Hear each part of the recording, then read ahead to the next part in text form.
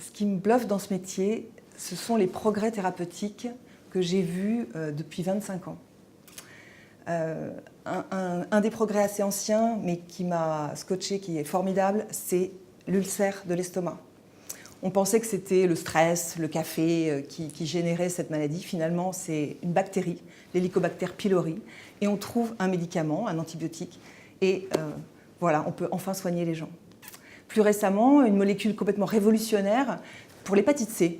L'hépatite C, on en meurt, on en mourait, et maintenant, grâce à ce médicament, on n'en meurt plus, et on va pouvoir sauver des milliers et des milliers de vies.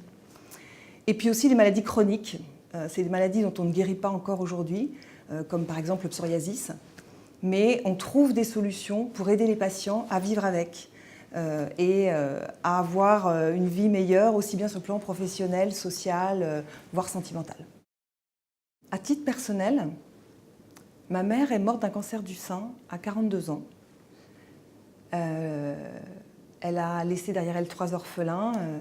J'avais 18 ans à l'époque et j'étais l'aînée de ma famille. Moi-même, j'ai eu un cancer du sein à 45 ans et je suis là, bien là. Je vais avoir 50 ans et je suis vraiment très heureuse de pouvoir voir grandir mes 3 fils.